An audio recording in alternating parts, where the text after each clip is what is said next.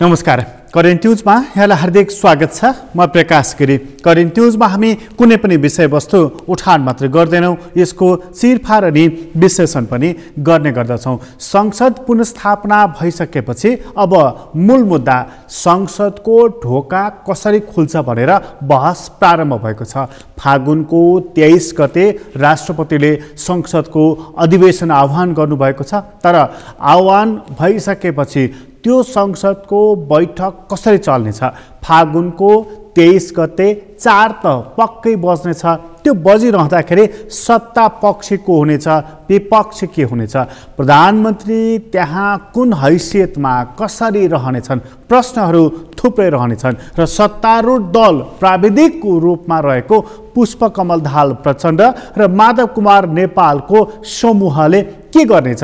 यी प्रश्नहरूले गर्दा राजनीति पेचिलो बनिराखेको छ। खास गरी संसदमा पुग्दाखेरि यी राजनीतिक पार्टीहरूको भूमिका के रहनेछ, यी नेताहरूको भूमिका कस्तो रहनेछ, अहिलेको लागि निकै धेरै चासो प्रकट गरिएको र निकै धेरै परख गरेर हेरिएको विषय यही नै रहेको छ।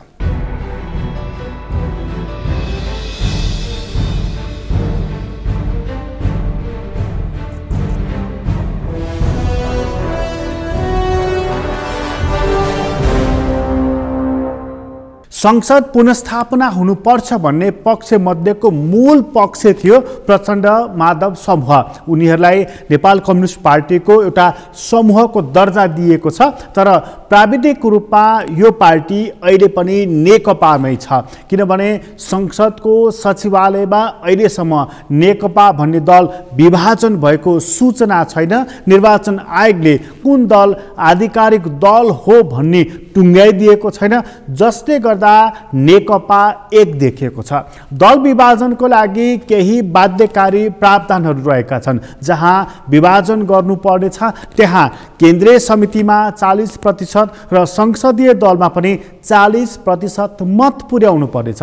त्यो जसले पुर्याउन सक्दछ त्यो दल विभाजन हुन्छ। तर नेकपामा हामी नै आधिकारिक हौँ भन्ने समूह दुवै रहेका छन्, प्रचण्डको समूह पनि केपी ओलीको समूह पनि। यो विषय निर्वाचन आयोगले टुङ्गो लगाइदिनु पर्नेछ। झन्डै 70 दिन भएको छ, तर निर्वाचन आयोगले यो विषयको टुङ्गो लगाइदिएको छैन, जसले गर्दा जब 23 गते 4 बजे संसदको बैठक बस्नेछ त्यति बेला सत्ता पक्षकै लहरमा प्रचण्ड माधव समूह पनि बस्नु पर्नेछ। यस नाताले उनीहरू पनि सत्तारूढ दल नै हुनेछन्, तर प्रधानमन्त्रीलाई अस्वीकार गरिरहेका छन्। प्रधानमन्त्रीले नैतिकताको आधारमा राजीनामा दिनुपर्छ भनिरहेका छन्। राजनीतिक रूपमा पनि अविश्वासको प्रस्ताव लैजान सक्छौँ भनेर चेतावनी पनि दिइरहेका छन्। यी सबै कुराहरू भइरहँदाखेरि प्रधानमन्त्री बालुवाटारबाट निस्कन थालेका छन्। कहिले झापा, कहिले पोखरा, कहिले बुटोल, कहिले धनगढी प्रधानमन्त्री निस्कन थालेका छन्। हरेक मञ्चमा पुगेर प्रधानमन्त्रीले संसदको पुनर्स्थापना पछि पनि अदालतले मलाई छाड्नु भनेको छैन, मैले राजीनामा दिनु पर्दैन, संसदको फेस गर्छु भनेर प्रधानमन्त्रीले चुनौती दिइरहेका छन्। यो चुनौतीकै बखतमा अब नेकपाको राजनीति कुन मोडमा अगाडि बढ्छ, संसदको यो अन्यल र यो गन्जागोल कसरी फुक्दछ, मूल चासो यही प्रकट भएको छ र आज हामी यही विषयमा कुराकानी गर्छौँ। सुरुवातमा चाहिँ प्रधानमन्त्रीले पोखरा पुगेर जसरी झापामा हुङ्कार गरेका थिए त्यही हुङ्कार उनले गण्डकी प्रदेशमा पुगेर पनि गरेको कुरा नै सुरुवातमा प्रस्तुत गर्दछौँ।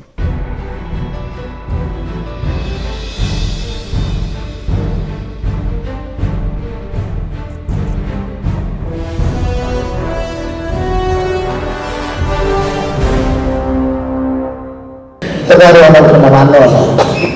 त्यो दिनमाथि कुनै शारीरिक हमला नै भयो, कतै ज्यान तलमाथि भइहाल्यो भने पनि अनौठो नमान्नुहोस्। तर त्यस्तो हुन दिइने छैन, हामी सतर्कता अप्नाउँछौँ।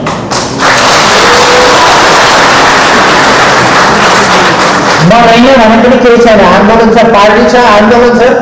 यस आन्दोलनले प्रतिक्रियावादी तत्त्व र तिनका हतियारहरूसँग घुँडा टेक्नु हुँदैन। देशको भविष्य अन्धकारमा जान दिनु हुँदैन। देश बनाउने पार्टीको भविष्य अन्धकारमा जान दिनु हुँदैन। यस पार्टीलाई तलमाथि पर्न दिनु हुँदैन। केहीले तपाईहरु सबै छोडिदिनुस् न, अनि पार्टी एकता हुन्छ। तपाईहरु छोडिदिनुस्, पद छोडिदिनुस्, जिम्मेवारी छोडिदिनुस्, प्रदेश कमिटीमा हुनुहुन्छ भने छोडिदिनुस्, हामी बस्छौँ, एकता हुन्छ।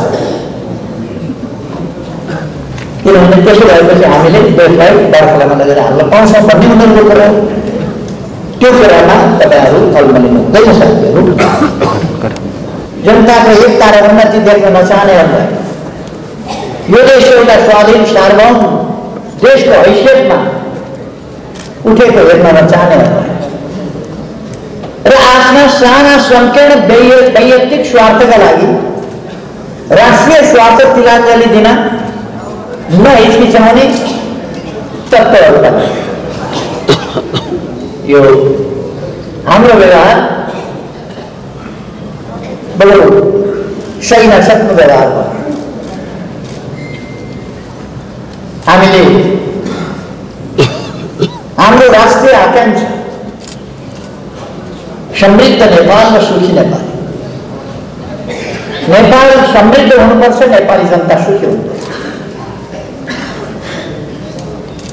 यो राष्ट्रिय आकांक्षा भइरहेको छ। यो सानो कुरा हो। यसभित्र यसको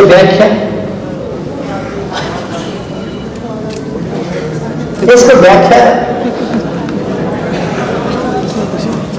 एउटा डिजिटल पोइन्टमा सानो पोइन्ट मात्र देखिन्छ, तर त्यसलाई इन्लार्ज गर्दै जाँदा खोल्दै जाँदा त्यसमा धेरै ठुलो शास्त्र, धेरै ठुलो व्याख्याहरू त्यसभित्र रहेको हुन्छ। हाम्रो समृद्ध नेपाल सुखी नेपालीको राष्ट्रिय आकांक्षाभित्र यसको सूत्रीकरणभित्र सिङ्गै राष्ट्रिय आकांक्षा, आम जनताको आकांक्षा, हाम्रो देशको आकांक्षा यसभित्र समेटिएको छ। 5.7 किलोमिटर डबल लेन, 4 लेन वा 6 लेनका बाटाहरू कालोपत्र भइरहेका छन्। त्यतिका कारणले वर्षमा 10 किलोमिटर बाटो बन्थ्यो, कहिले यस्तै छ। अहिले त्यो रफ्तारमा कुन रफ्तार छ? हिजोको मात्रै एउटा मेरो कार्यतालिका तपाईँहरूलाई बताएँ। 5वटा पुल निर्माण भइसकेका, 5वटा पुल मैले सडक पुलहरू, लामा पुलहरू 5वटा पुल उद्घाटन गरेँ हिजो। मैले मात्रै एकजनाले एक ठाउँमा एउटा जिल्लामा मात्रै गरेको 5वटा पुल, र त्यो पनि एउटा मात्रै निर्वाचन क्षेत्रमा एउटा जाने भएर छ। र 31वटा पुल शिलान्यास गरेँ हिजो मात्रै। सडक पुलहरू 31वटा शिलान्यास गरेँ।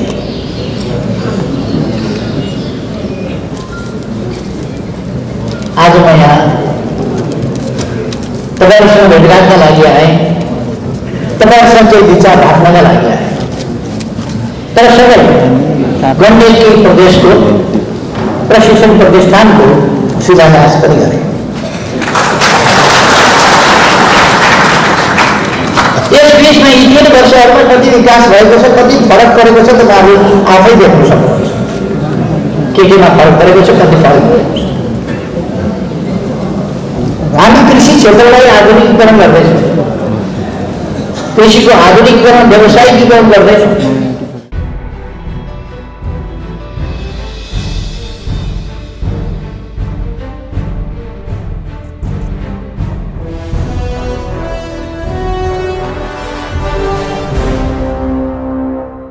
प्रधानमन्त्रीलाई लागेको छ कि मैले अहिले नैतिकता प्रदर्शन गर्दै राजीनामा दिनुपर्ने कारण छैन, किनभने संसद विघटन गरेको हो र अब संसदको म फेस गर्छु भनेर उनले अविश्वासको प्रस्ताव ल्याएको खण्डमा त्यसलाई फेस गर्छु भन्ने कुरा प्रष्टै बताएका छन्। राजीनामा दिन भनिसकेपछि प्रधानमन्त्रीलाई हटाउने संविधानको धारा 76 का अन्तरकुन्तरहरू केलाउँदै जाने हो भने 76, 77 त्यस्ता धाराहरू प्रशस्तै देख्न सकिन्छ र प्रधानमन्त्री हट्ने 4वटा प्रावधानहरू रहेका छन्। त्यसमध्येको प्रावधान रहेको छ प्रधानमन्त्रीले राजीनामा दिएको खण्डमा उनी हट्नेछन्। अविश्वासको प्रस्ताव वा विश्वासको मत लिन नसकेको खण्डमा उनी हट्नेछन् र उनलाई यसरी हटाउने प्रावधानहरूमध्ये अब अर्को समूहसँग अविश्वासको प्रस्ताव पेश गर्ने बाहेक अरू प्रस्तावहरू रहेको छैन। यसकारणले प्रधानमन्त्रीलाई हटाउनको लागि नेकपामा प्रचण्ड माधव समूहले कुन हत्कण्ठा अपनाउँछ, कुन रणनीति तय गर्छ, उनीहरूसँग प्लान बी के छ, अहिले मानिसहरूले यही कुरा खोजिरहेका छन्। यदि तिमीसँग प्लान बी छैन भनेदेखि मिलेर बस्छ, यो पनि भनिरहेका छन्। तर नेकपाको यो समूह न मिलिरहेको छ न अर्को प्लान उसले सार्वजनिक गरिरहेको छ। यो बेलामा प्रचण्ड माधव समूह के सोचिरहेको छ? बैठक त उनीहरू बसिरहेका छन्, फेरि पनि स्थायी कमिटी, केन्द्रीय कमिटी यस्ता बैठकहरूको आयोजना पनि उनीहरूले गरिरहेका छन्। तर मूल रूपमा यो गाँठो चाहिँ कसरी फुकाउने, के सोच्दैछन्, के भन्दैछन्, त्यो कुरा हामी यहाँ प्रस्तुत गर्दैछौँ।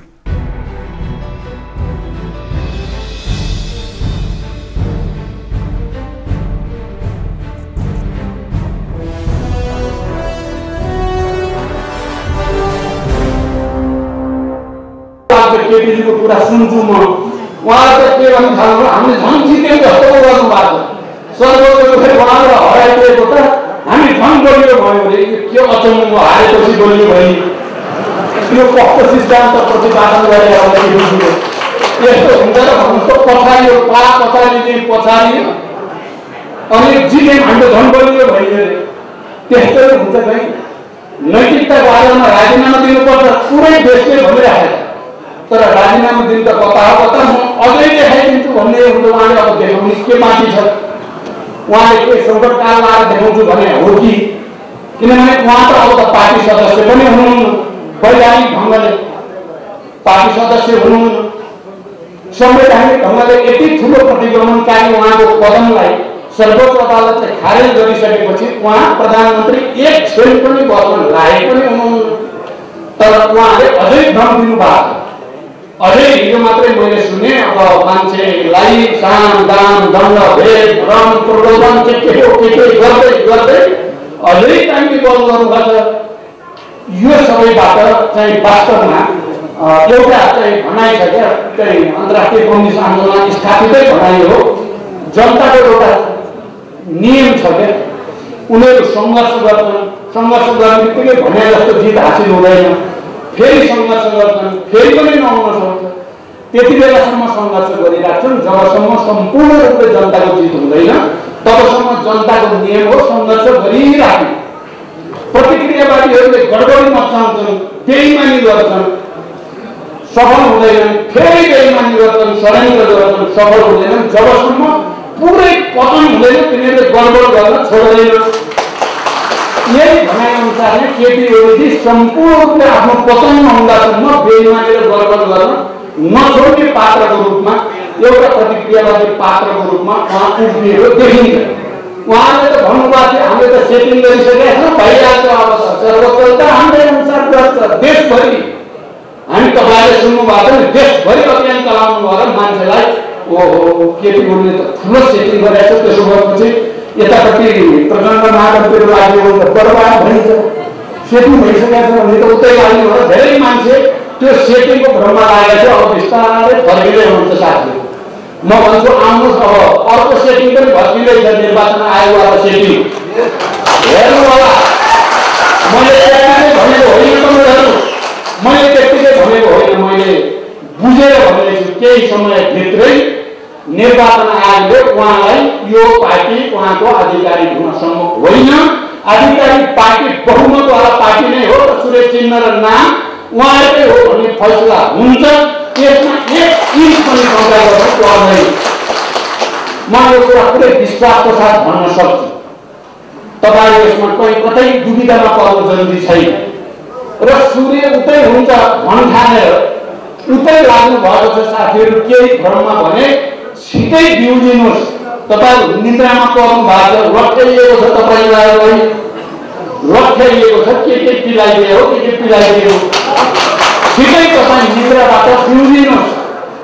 निन्द्राबाट बिउजनियरहरू आउनुहोस् र मूल पार्टी, आधिकारिक पार्टी, वैधानिक पार्टी यही हो।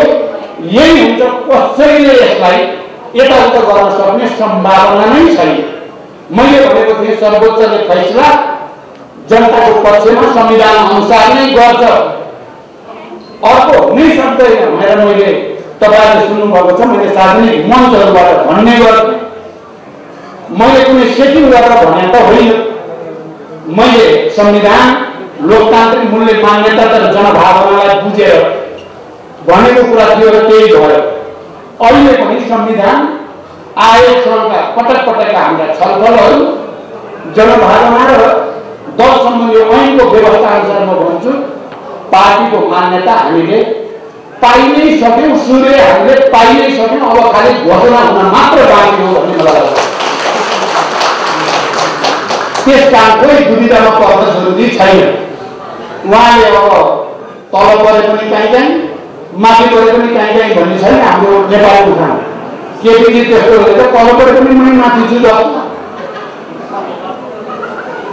नाङ्गै भइसक्यो, कपडा लाग्छु भन्नुभएको छ, हिँड्नु भएको छ। अब के भन्ने, मैले त त्यही दिन उहाँलाई मैले त्यो सर्वोच्चको फैसला हुने दिन नै भनेको थिएँ, तपाईँ अझै पनि तपाईँ तुरुन्तै आज रातभरिमा राजीनामा दिनुभयो भने तपाईँलाई नेपाली जनताले फेरि ठिकै जे भए पनि दिनभरि जे गरे भने बेलुका त ठिकै आयो भन्छन्, नेपाली जनताले फेरि छुट दिन्छन् भने मैले। तर मैले भनेपछि त उहाँले उल्टो गरिहाल्नुहुन्छ। यो बडो विचित्र। उहाँको एक मात्र मिसन हामीलाई सिद्ध्याउने मात्रै भएको देखाउनुहुन्छ, उहाँले किन त्यसो गर्नुहुन्छ? त्यस कारण तपाईँहरू यसमा हामी दुविधामा पर्न जरुरी छैन।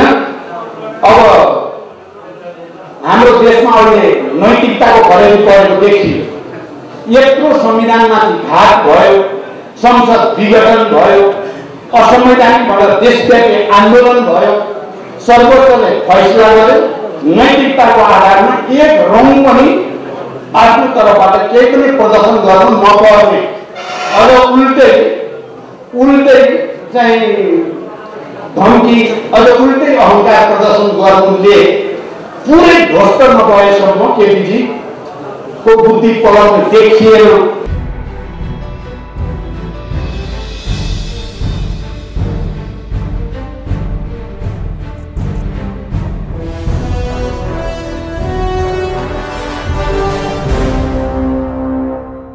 संसदमा परेको गाँठो फुकाउनको लागि अब तदारुकता प्रचण्ड माधव समूहले उठाउनु परेको छ। उनीहरू जति अघि बढ्छन् यो विषय उति खुकुलोसँग अघि बढ्छ। उनीहरूले हिजो सडकमा पुगेर जसरी प्रधानमन्त्रीलाई प्रतिगमनकारी र त्यो घटनालाई प्रतिगमन भनेका थिए, आज प्रधानमन्त्रीले नैतिकताको आधारमा राजीनामा दिन्न भनिसकेपछि अब के गर्ने भन्ने कुराको हल पनि उनीहरूले नै दिनु परेको छ। अन्य दलसँग संवाद गरेर सहमतिका सूत्रहरू पैदा गरेर र प्रधानमन्त्रीलाई कि त मनाएर नत्र बाध्य पारेर हटाउनु पर्ने बाध्यता पनि उनीहरूकै हातमा रहेको छ। सूत्र के हुन सक्दछन्, उपायहरू के हुन सक्दछन्, विकल्पहरू के बाँकी रहेका छन्, यसमा अभ्यास गर्ने पनि नेकपाको प्रचण्ड माधव समूहले नै हो। यो समूहले हिजो संसदको पुनर्स्थापना भनेर जुन जोडतोडका साथ भनेको छ, संसदको पुनर्स्थापना भइसकेपछि यो किन सुस्त छ, यो किन शुष्क छ, यो किन उति क्रियाशील भएको छैन त? प्रश्न त गम्भीर ढङ्गले अहिले यति बेला प्रचण्ड समूहमा तेर्सिएको छ। यो प्रश्न यस कारणले हो कि उनीहरूले प्लान बी सार्वजनिक गरेका छैनन् अथवा प्लान बीमा उनीहरू चलिरहेका छैनन्। उनीहरू के कुरिरहेका छन्, उनीहरू के खोजिरहेका छन्, उनीहरूले के चाहिरहेका छन्, प्रश्न यहाँनिर रहेको छ। वास्तवमै प्रचण्ड माधव समूहसँग अर्को प्लान, अर्को योजना के छ त? उनीहरूले कुरेको के हो त? यी कुरा लिएर हामी एकछिनपछि आउनेछौँ। अहिले छोटो विश्राम लिँदैछौँ।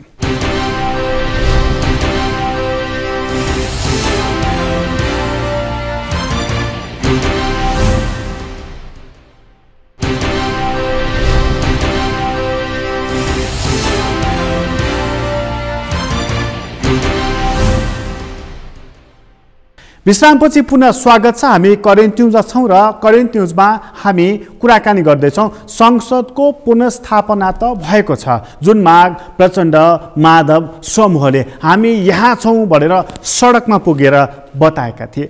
उनीहरूकै माग अनुसार सर्वोच्च अदालतले संविधानको धारा उपधाराहरू हेरेर संसदको पुनर्स्थापना गरिदिएको छ। एउटा नजिर स्थापित गरिदिएको छ कि अब सरकार प्रमुखहरूले मनलाग्दी ढङ्गबाट संसदको विघटन गर्न सक्दैनन् भनेर राम्रै व्याख्या सर्वोच्च अदालतले गरिदिएको छ। त्यो व्याख्या नेपाल कम्युनिस्ट पार्टीको प्रचण्ड माधव समूहको चाहना अनुसारको पनि भएको छ। लड्डु बाँडेर पनि उनीहरूले खाएका हुन्, खुसियाली पनि उनीहरूले नै मनाएका हुन्, विजय र्याली पनि उनीहरूले नै निकालेका हुन्, सभा पनि उनीहरूले नै गरेका हुन्। अब यो समस्याको हल चाहिँ कसले निकाल्ने त प्रश्न अब तेर्सिएको छ प्रचण्ड माधव समूहलाई। उनीहरूलाई यसकारण तेर्सिएको छ कि हिजो जसरी लड्डु खाएको थियो, जसरी विजय र्याली निकालिएको थियो, त्यो विजयको प्रतीक के हो, त्यसको सङ्केत के हो र संसदमा पुग्दाखेरि उनीहरूको प्रस्तुति र उनीहरूको उपस्थिति कस्तो हो, प्रश्न त यहीँनिर रहेको छ। त्यसै कारण नेकपाको एउटा सानो बैठक बसेको छ। बैठकले केही निर्णय पनि गरेको छ र त्यो निर्णयले चाहिँ भनेको चाहिँ के छ त्यो कुरा यहाँ प्रस्तुत गर्दैछौँ।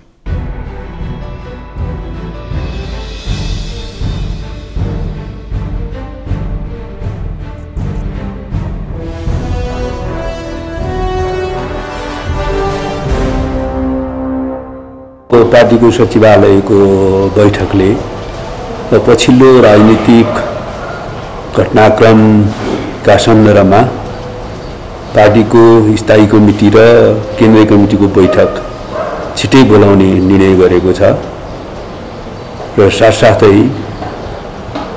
निर्वाचन आयोगले पार्टीको आधिकारिकता सम्बन्धीमा हामीले दाबी गरेको अनुरोधका आधारमा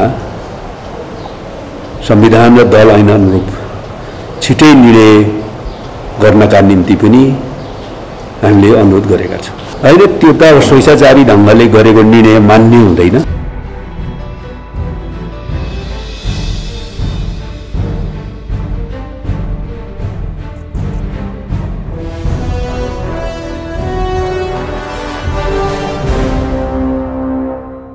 नेकपाले जेसुकै भने पनि उसले खुलाउनु पर्नेछ यो गतिरोधलाई, उसले खुलाउनु पर्नेछ यो गाँठोलाई। उसको पार्टीको आन्तरिक गतिरोधले, उसको पार्टीको आन्तरिक गन्जागोलले राष्ट्रलाई बन्धक बनाएर बस्न मिल्दैन, बस्न पनि पाइँदैन। तर साँचो नेकपाको हातमा छ कि उसको हातमा छैन त प्रश्न यहाँनिर रहेको छ। कयौँ राजनीतिक विश्लेषकहरू, राजनीतिक कर्मीहरू अनि अध्येताहरू भनिरहेका छन् कि यो नेकपा भित्रको परेको गाँठोको साँचो चाहिँ नेपाली कङ्ग्रेसको हातमा रहेको छ भनेर। यदि प्रधानमन्त्रीले राजीनामा दिएको भए फरक पाटो हुन्थ्यो, यदि नेकपा सर्लक्कै फुटेको भए अर्को पाटो हुन्थ्यो, यदि प्रचण्ड माधव समूह वा केपी ओली समूह यी दुई समूहमध्ये एउटाले अर्को दल गठन गरेको भए अर्कै विकल्प हुन्थ्यो, अर्कै खण्ड आइलाग्थ्यो। तर यति बेला दुवै एउटै दलमा छन्, विवाद पनि उत्कर्षमा छ। दुवैले फरक फरक अभ्यास गरिसकेका छन्। अहिलेकै अवस्थामा हामी मिलेर बस्न सक्दैनौँ भनेर आफ्नो भनाइ पनि सार्वजनिक गरिसकेका छन्। यो अवस्थामा निकास के हो त? यही सरकारकै निरन्तरता, अर्को सरकारको गठन, मिलिजुली सरकार, राष्ट्रिय सहमतिको सरकार वा अन्य केही अथवा कुनै पनि सरकार गठन हुन सकेन, या भनेदेखि यो फेरि पनि निर्वाचनको दिशातर्फ यो संसद जान्छ त?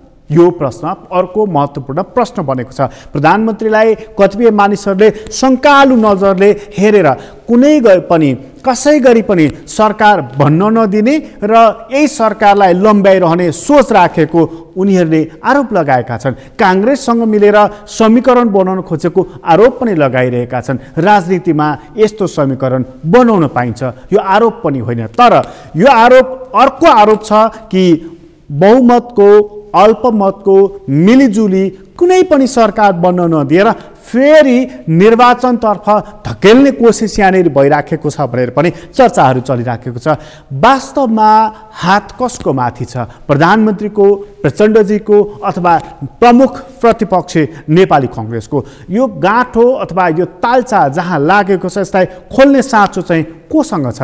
धेरै मानिसहरू भन्छन् साँचो यति बेला नेपाली कांग्रेससँग छ। उसले क्षणिक फाइदा मात्र हेर्ने होइन, उसले संविधानको गतिशीलता र संविधानको दीर्घायुपन र समृद्धिको लागि आज भूमिका खेल्नु पर्दछ भनेर कांग्रेसलाई आह्वान गरिरहेका छन्। कांग्रेस मौन रहेको छ। कांग्रेसकै कैयौं नेताहरू सरकार निर्माण र विघटनभन्दा हामीलाई पार्टीको महाधिवेशन महत्त्वपूर्ण छ भनेर आन्तरिक कुटिल धन्दाकै कुराहरू गरिराखेका छन्। वास्तविक अर्थमा कांग्रेसको ध्यान कहाँ छ? कांग्रेसले खोजिरहेको के छ? त्यो कुरा यहाँ प्रस्तुत गर्दैछौँ।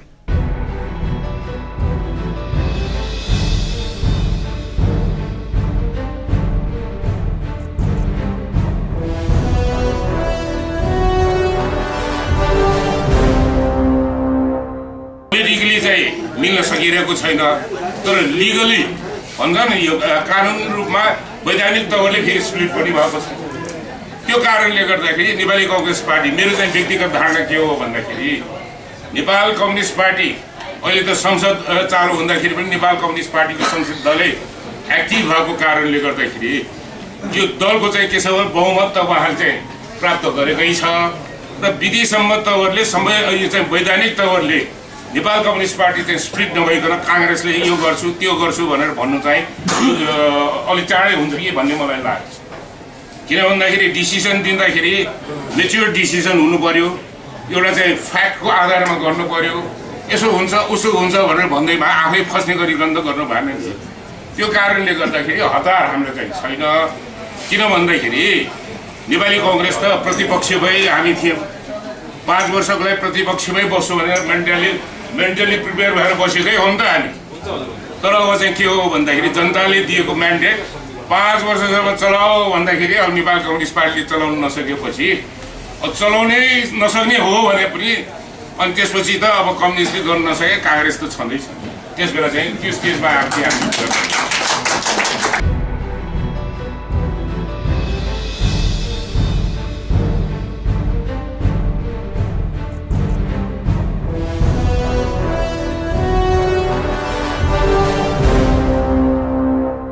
हरेक राजनीतिक पार्टीलाई र हरेक नागरिकलाई सबैभन्दा महत्त्वपूर्ण प्रश्न राष्ट्रिय प्रश्न हुन्छ। राष्ट्रकै पीर, चिन्ता अथवा भनौँ त्यो चासो नै महत्त्वपूर्ण हुनुपर्दछ। तर राजनीतिक पार्टीहरूले चुनाव हुँदा मलाई के फाइदा हुन्छ, चुनाव नहुँदा हामीलाई के घाटा हुन्छ, यो नाफा घाटा हेरिरहेका छन्। भन्न त भनिन्छ कि एउटा नेताले चुनाव हेर्दछ, एउटा राजनीतिज्ञ, एउटा राजनेताले अर्को जेनेरेसन हेर्दछ भनेर धेरै दार्शनिकहरूले यस्ता कुराहरू गरेका छन्। तर नेपालमा यही राजनेताको खडेरी पर्यो र यो खडेरी परेकै कारणले गर्दाखेरि नेपालमा चुनाव सिवाय, फाइदा सिवाय, भोट सिवाय अर्को हेरिएन भनेर भन्ने गरिन्छ। वास्तवमै नेपालको राजनीतिक पार्टीहरूमध्ये कुनै राजनीतिक पार्टीलाई राम्रो, अर्को राजनीतिक पार्टीलाई नराम्रो भनिएको छ कि आम जनताको नजरबाट हेर्दाखेरि सबै राजनीतिक पार्टी खराब, सबै नेता खराब भनिएको छ त? यो प्रश्नमा ध्यान दिएर हेर्नुपर्दछ र गोतलिएर सोच्नुपर्ने पर्दछ। आम मानिसहरूले राजनीतिक पार्टीहरूलाई एउटै डालोमा हालेका छन् र उनीहरूले यी नेताहरू, यी पार्टीहरू भनेर एकै शब्दमा, एकै वाक्यमा गाली गर्ने गरेका छन्। यो छवि सुधार्ने कसरी, पाएको अवसरको सदुपयोग गर्ने कसरी, प्रश्नहरू थुप्रै रहेका छन्। यी प्रश्नहरूको उत्तर आज दिन सकिएन भनेदेखि अहिले रहेको भरोसा पनि क्षीण हुँदै जानेछ र अहिले जसले पार्टीहरूप्रति, नेताहरूप्रति विश्वास गरेका छन् त्यो पनि कमजोर हुँदै जानेछ। नेताहरूको, राजनीतिक पार्टीहरूको दायित्व हो कि यो कमजोर हुँदै गएको, क्षीण हुँदै गएको भरोसालाई उनीहरूले ढल्न दिनु हुँदैन, यसलाई कायम राख्नुपर्दछ। के त हाम्रो राजनीतिक नेतृत्वले यस्तो भरोसा योग्य वातावरण बनाउने छ, विश्वासको वातावरण बनाउने छ? यो प्रश्न महत्त्वपूर्ण छ र यसतर्फ दलहरूले ध्यान दिउन् भन्ने आवश्यकता पनि छ, आकाङ्क्षा पनि रहेको छ। अहिलेको लागि करेन्ट न्युज यति नै। करेन्ट न्युजबाट म प्रकाश गिरीलाई बिदा दिनुहोस्। सगरमाथा टेलिभिजन हेर्दै गर्नुहोला। नमस्कार।